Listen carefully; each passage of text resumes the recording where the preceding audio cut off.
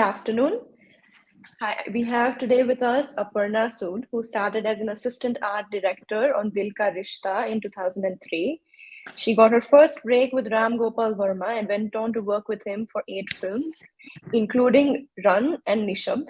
Later, she worked on films like The Gentleman, ABCD, Tevar, Sandeep or Pinky Farrar, and the Hollywood film Heartbeats. It was Ram Madhwani's Neerja that won her the coveted Filmfare, as well as the IFA and Zee Cine Awards for Best Production Design.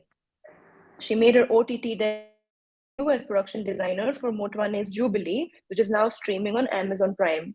Welcome, Aparna. We are Abir Poti, and we have a conversation with you about your process in design. So I think before we start with anything, I just wanted to ask you, why don't you tell us about your journey into production design?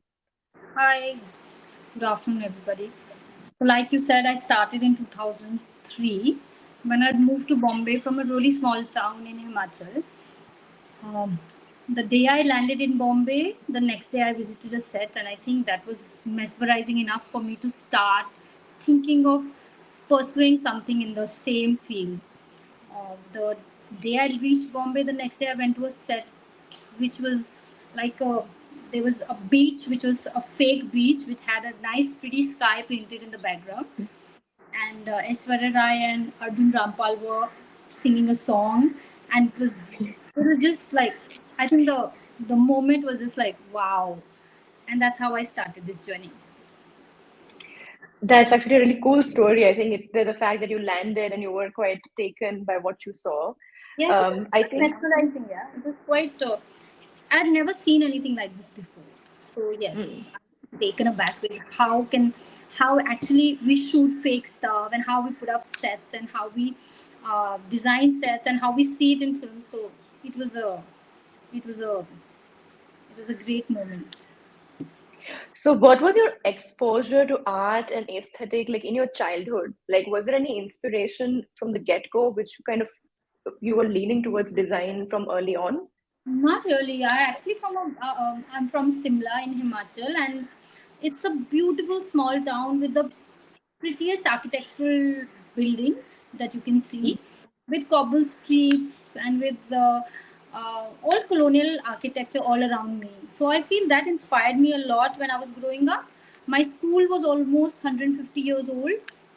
It was run by some Irish nuns, and it was a beautiful, beautiful space. So I feel somewhere that inspired me to design things, or inspired me to whatever I had in my, I mean, whatever aesthetics I had. My mom was very particular. My grandmom was very particular. So I also feel that that gave me some, like 10% of their talent has come to me. So now I think talking about film, like what is your production design process? Like, are there any steps that you follow for every project, or is every project very unique and you have to do a new thing every time? Definitely. Okay, now both the things that you're saying is correct. Okay, it is unique in a certain way, and also the process is almost the same. So we start with getting the script. We start with reading our scripts. A lot of scripts will have less information for us, but a Hmm. couple of them will have these really detailed description for our designs. So depending on that, we start designing or putting down notes. Then we start doing our basic research and references. Hmm. Then we uh, that's how we begin. After which we, like before this, we get a couple of team members on board, and after we start, we go on floor with our references. We go back to our director and our DOP.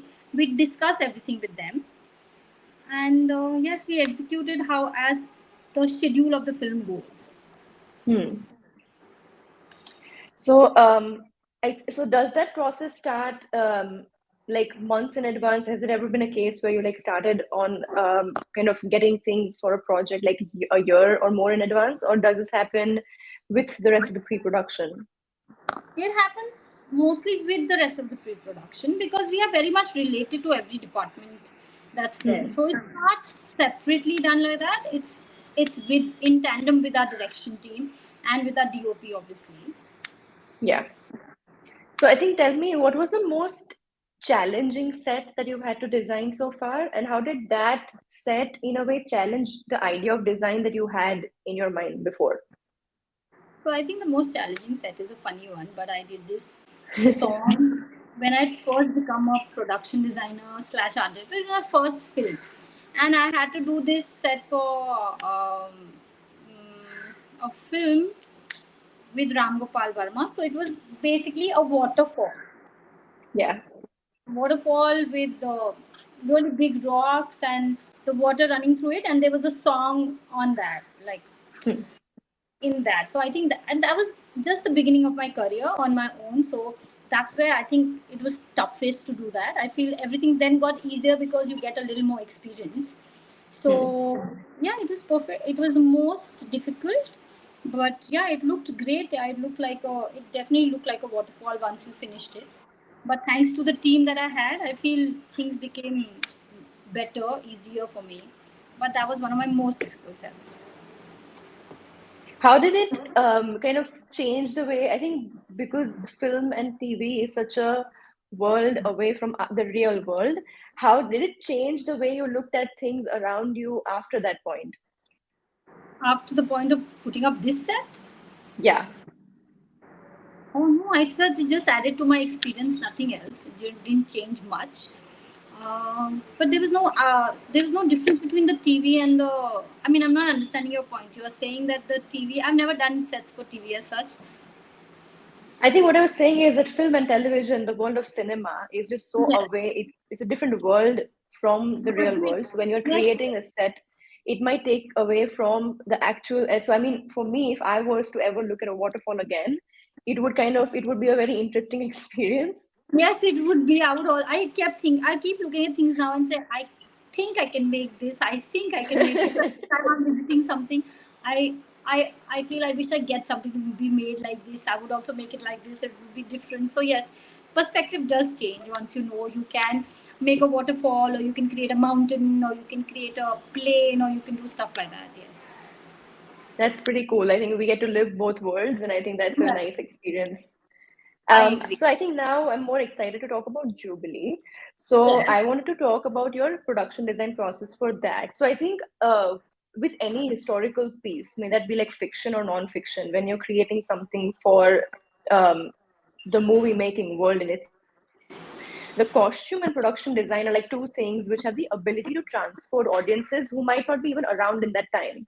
So I think I wanted to know what the initial conversations were to kind of create a bring back the 40s, and that is going to be pre and post independence as we see in the show.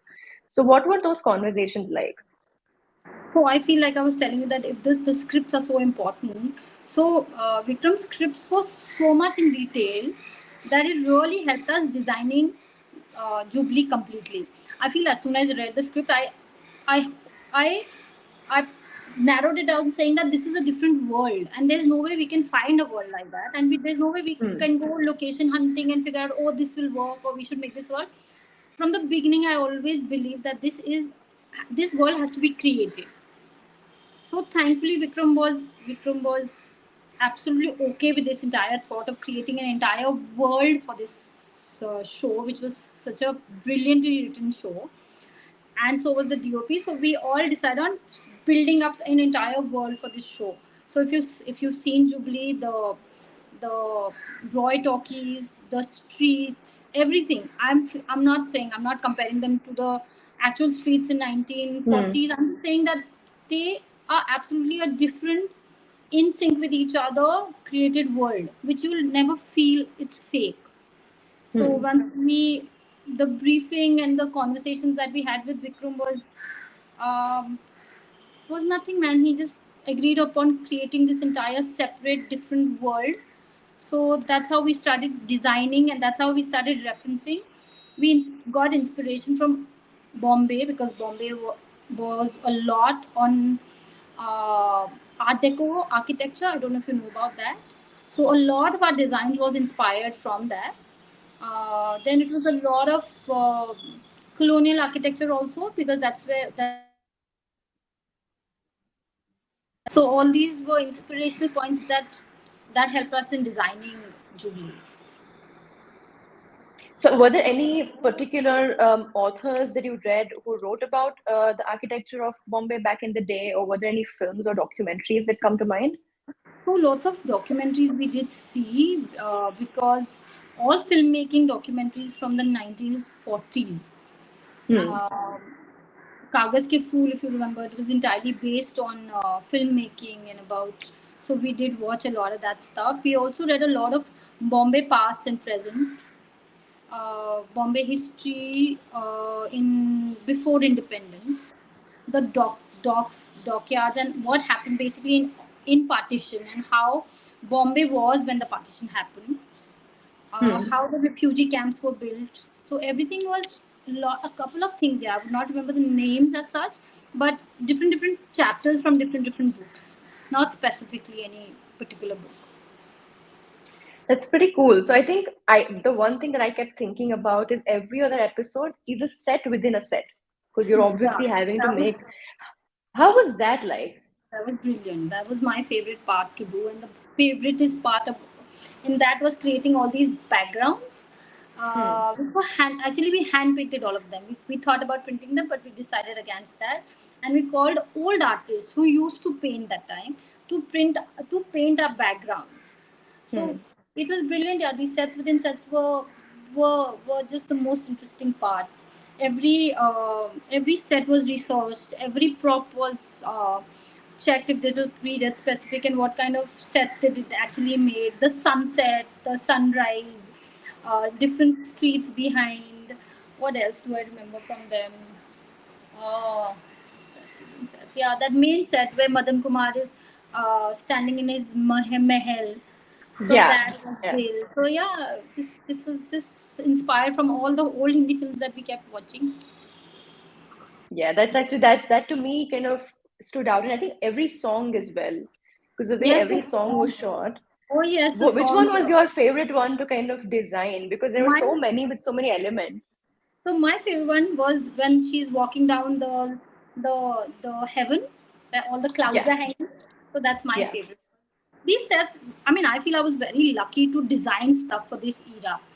It's such a golden era of cinema. I'm just trying to imitate something from there. So it was brilliant. So this we did this um, the designing of the clouds.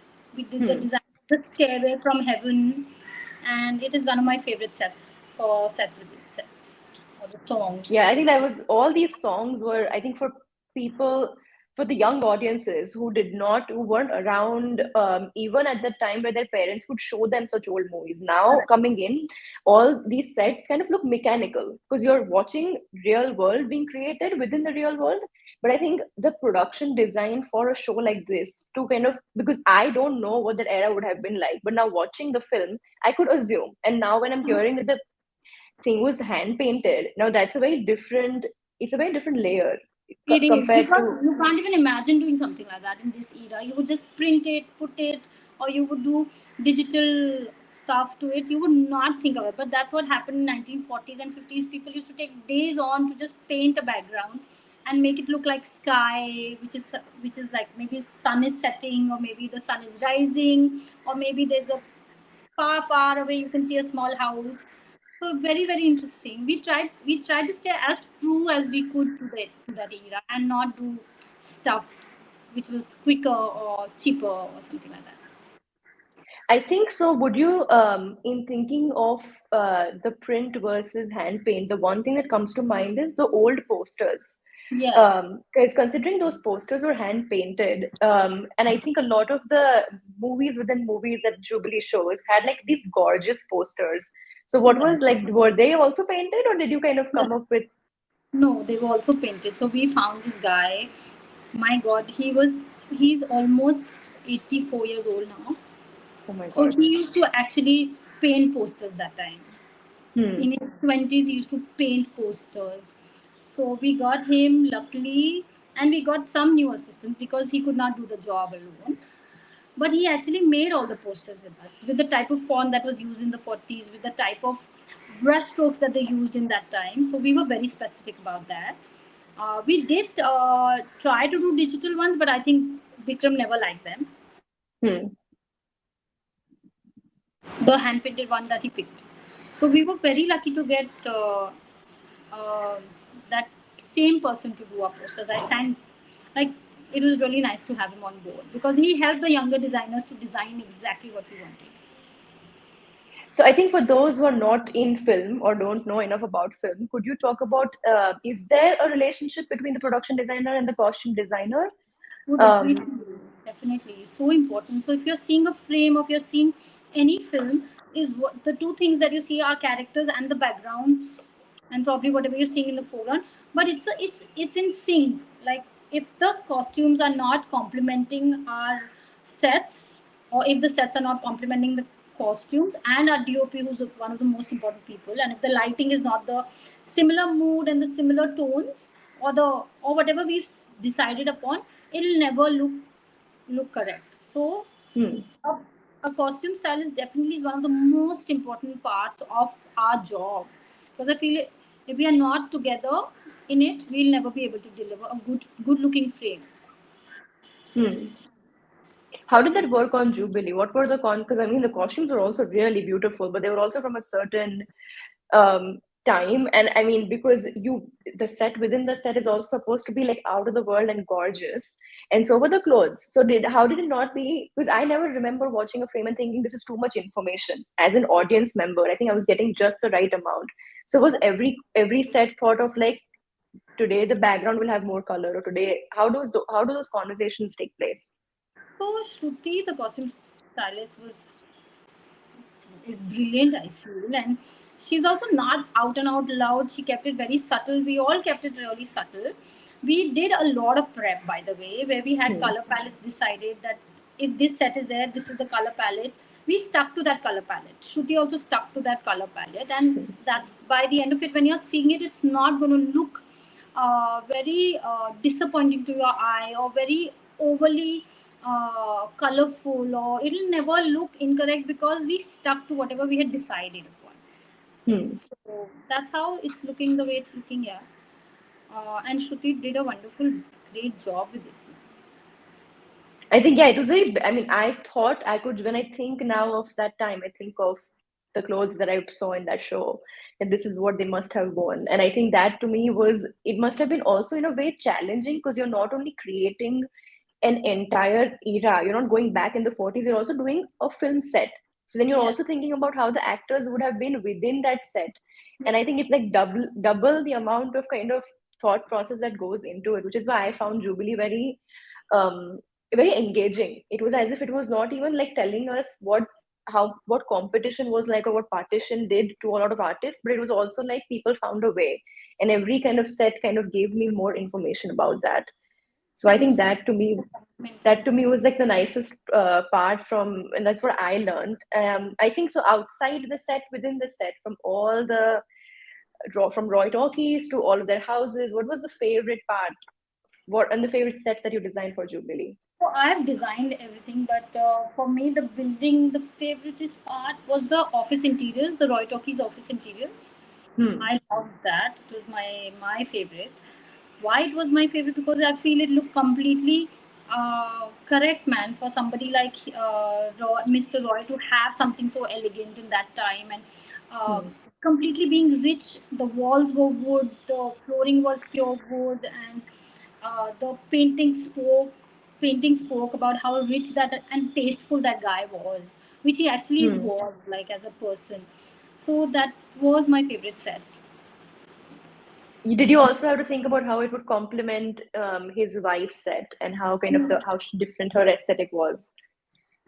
I personally, when I was designing it, I always thought that it was his wife who must have helped him design the set, Hmm. because she's so elegant. But so was he. He was so well traveled, and he had seen so many. So that entire Roy Talkie Interiors was a lot of both of them together. Hmm. So that's why the difference between her office and his office is not too much, though he has a much larger and a much more spacious office than his wife. But they both Yeah. looked very, very similar in a certain way, because by the end of it, I feel both the aesthetics came in together when they were designing it, though more of her than him. Hmm. So what is the one thing that you kind of miss about being on set with that show?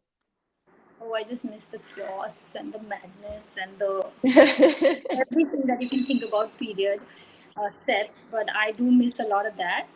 But yeah, I'm happy to see the result and get the appreciation that I've got. I'm thankful to every single person who's seen it and who's loved it. So what's the next project that you're working on? If you can tell us a little bit about that. Sorry, I lost the last question. Somebody called on my phone. What's the next project that you're working on? What's the next big thing? Oh, I've got a small baby, so I'm working on her right now. I'm Oh, not doing anything congratulations. now. Thank you. So I just had the baby when Stardust was happening. So Hmm. yeah, I think within 6 months, a year, I'll start something. Not right now. I think that's great because I think there's something the size and magnanimity of Jubilee, I think, is you deserve all the appreciation because it's Thank just you so so out of much. the world. As a production designer, I am lucky enough to get a project like that. I feel once in a lifetime you got projects like that, and I feel if somebody gets it, the day I'd heard it that it's a period drama based on Bollywood, I was just hoping that I bag this project because there's so much to do and there's so much you can do with a subject like that. That yeah, I just feel really lucky to be a part of this. Thank you so much, Aparna, for talking to us today. Thank you so We much. had Nice I had a talking. lovely time getting to know your process, and I think I will just need you to stay on the call for 5 minutes because this stream is going to get uploaded to me. But yeah, I just wanted to say thank you and all the best for everything you do.